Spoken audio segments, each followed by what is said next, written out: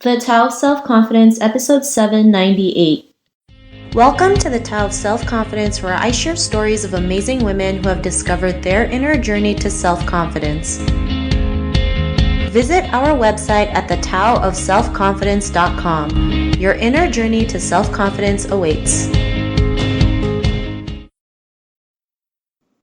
Well, hello friend, welcome to the Tao of Self-Confidence, where I share stories of amazing women who have discovered their inner journey to self-confidence. I'm your host today, Sheena Yap-Chan, and today I have a phenomenal lady on the show today. She is a Canadian Screen Award-nominated actress currently based in Toronto, and I'm really excited to have her on and share her story with us today on self-confidence. So without further ado, I'm going to introduce you to Emily Piggford. Emily, how are you today? Maybe you can fill in a little bit more about yourself to the listeners. Hi, Sheena. Thank you so much for having me. It's really great to speak with you today. Yes, I'm based in Toronto. I grew up on the west coast of Canada on a farm just outside of Victoria, BC. So Vancouver Island is the general area. My mother is Japanese, my father is British, and I was born and raised out there in Canada. I've always loved performing from, the first thing I wanted to be was a singer when I was 3 years old, and I kind of declared that. And then I moved into dance when I was 4, and violin when I was 4, and piano when I was 6, and it just kind of snowballed from there and eventually led me to University of Victoria, where I studied theatre, and then I moved to Toronto right after that. And since then, it's been a really wonderful combination of screen work and stage work and creating work with my friends and really talented individuals out here. So it's been nice. Lots of fun. Good work and growing opportunities. Thanks for sharing that. And what'd be your favorite self-confidence quote? It's an awesome quote by Brene Brown. I'm actually reading her book right now, Dare to Lead, which is just filled with goodies. But the one that I pulled out for today is, believing that you're enough is what gives you the courage to be authentic. Thanks for sharing that great quote. And I really like that because, as women, especially as Asian women, we feel like we're never enough and we have to pretend to be somebody else or feel like we have to be someone else for the sake of our families or society. But really, all we need is just to be ourselves and realize that we are more than enough to live that authentic life. So thanks for sharing that. And in your own words, how do you define self-confidence? For me, I've found that it's about not letting the fear of what others think of me prevent me from actually getting to know myself and then have the courage to show that self and be that individual. And also then the courage to accept that I don't have to be everybody's person. Similar to what you're mentioning about different kind of expectations that might be placed on us, we also internalize those, place them on ourselves, and it's, for me, the journey towards self-confidence is, cutting through the noise of what we think we should be or what others think we should be, and just really loving who we are and growing that. Thanks for sharing that great definition. And Emily, what was your life like before you discovered self-confidence? I'm a very private person. I guess you could say that it's quite like I still go out, see people, go to events, and have a social life to speak of, but I'm quite an introverted person. I'd be defined maybe as an extroverted introvert. So when I am invited out, I have the energy to do it, but then it might take me a while to replenish my energy stores, and I need to do that generally alone. And then more recently, a bit of social anxiety started to come in where it became a bit more stressful even to consider going out because I was either afraid that I might not measure up when I was out or if I were on set, if it was in regards to work. But also there was this worry that I would be falling behind in my own personal either growth or development or to-do list, even just something just like seemingly as simple as that. And so my life before kind of getting more familiar with my self-confidence was very private because I would just be at home working away, always trying to catch up, feeling like, I'll reach out to people when I'm ready and everything is off my plate so that I can just be present and be spontaneous. But it's that old thing of like, when are you ever totally ready? It's better to just continue to live your life and trust that you will be able to still like pick up the pieces and do good work and show up for your friends and show up for yourself, even if situations aren't optimal, if your whole to-do list isn't clear or something. Thanks for sharing that. And I think we've all been guilty of that. We just feel like we need to prepare to the point of like, we forget why we prepare. And, we're so afraid of the unknown and the unexpected that we feel like we need to take control of every single thing, not realizing like, the more we put pressure on ourselves to do that, we actually kind of step back and realize it's too much for us and we end up not doing anything. And sometimes we just have to like let things happen naturally, right? And see where it goes. Like you mentioned, just letting it flow no matter what happens. Because in life, everything's like an up and down journey. It's never linear. Stuff's going to happen. We're going to have roadblocks and challenges, and we're also going to have victories. And, you know, it's just all part of life. And what was that point in your life when you realized you can go out there and be who you really are today, have that confidence? What was that aha moment?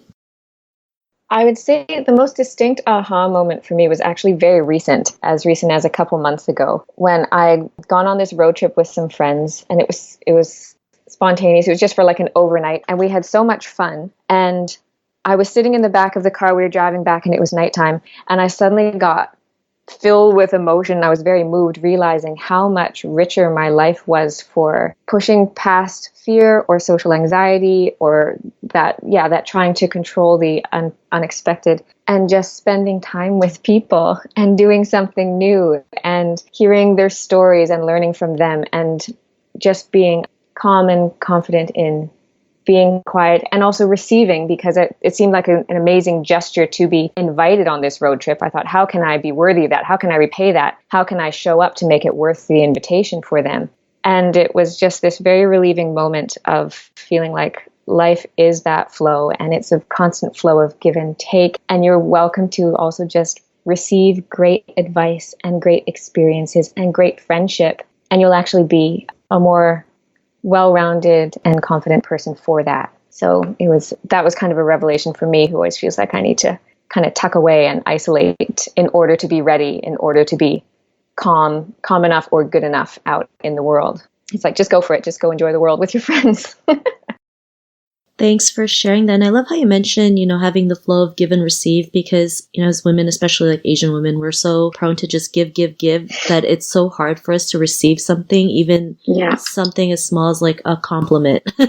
Yeah. We discount ourselves saying like, oh no, you know, I don't look good today. You're just saying that. But really, you know, we have to practice those little things, even if it starts with a compliment, because how do you expect to receive the small things in life when you can't even receive the bigger things in life? And, you know, I'm guilty of it as well. People say something nice, I kind of like tuck away and just say, kind of play it down. But, you know, it's a part of the process, right? We have to learn to kind of like just keep practicing on learning to receive things into our lives, right? Because it, like you mentioned, has to have that balance and that flow of give and receive. And I like that you mentioned that, because I think it's something that we all need to have a reminder of, right? Like, you don't always have to give. You also have to receive to, you know, have that energy flow and make us more sane and realize like it's just part of life. And because of that realization, what's your life been like now? I'm taking a lot more pressure off of myself. I actually find myself daily giving myself just a micro pep talk of it's okay, just to take the pressure off myself in terms of either that to-do list or performance or showing up in conversations. It's like you can just be present, and that is doing your best sometimes. And so I'm in the process of really taking a look at all the different boundaries I've placed around myself, the expectations I've placed on myself, and evaluating how many of those were actually built on fear rather than just like letting myself be and actually valuing the individual that I am instead of something or someone else that I think I should be. And so that's been a challenging but also a very relieving process. So since then I've been, honestly, I'm going to yoga every day, which is very nice, and just making sure that I eke out just like an hour each day to focus on being present and being mindful and giving myself that time to just slow down and to feel like I'm worthy of that time. You're worth taking an hour just to take care of yourself. That's valuable.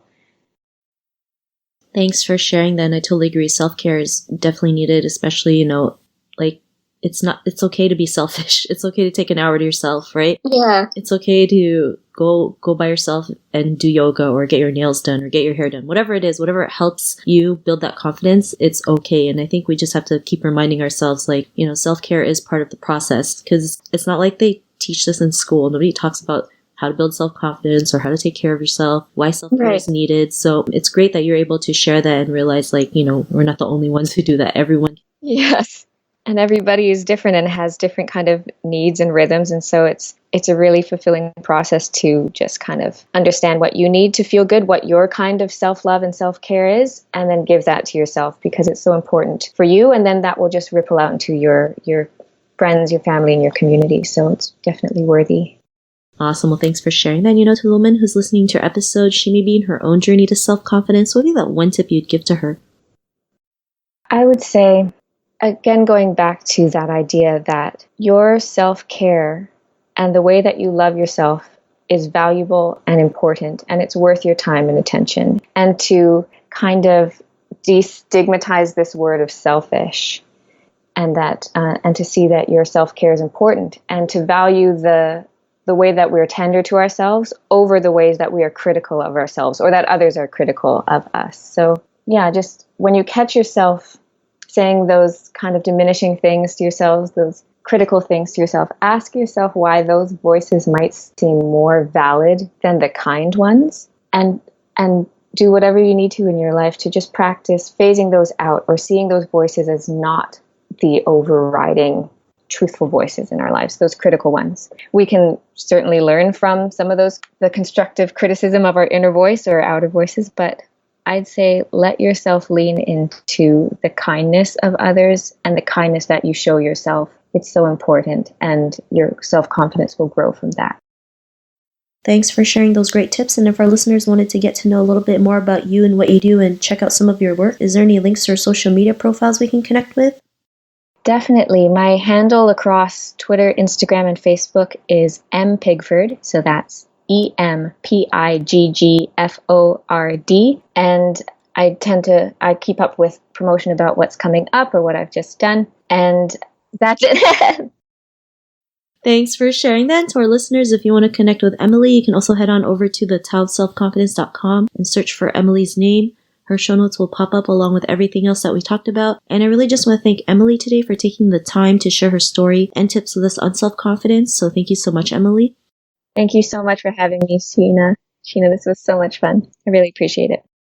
Not a problem. It was really great having you on the show. And to our listeners, be on the lookout for another new episode of another amazing woman's journey to self-confidence. And we'll talk to you soon. Bye for now. Thank you for tuning in to another amazing episode of The Tao of Self-Confidence.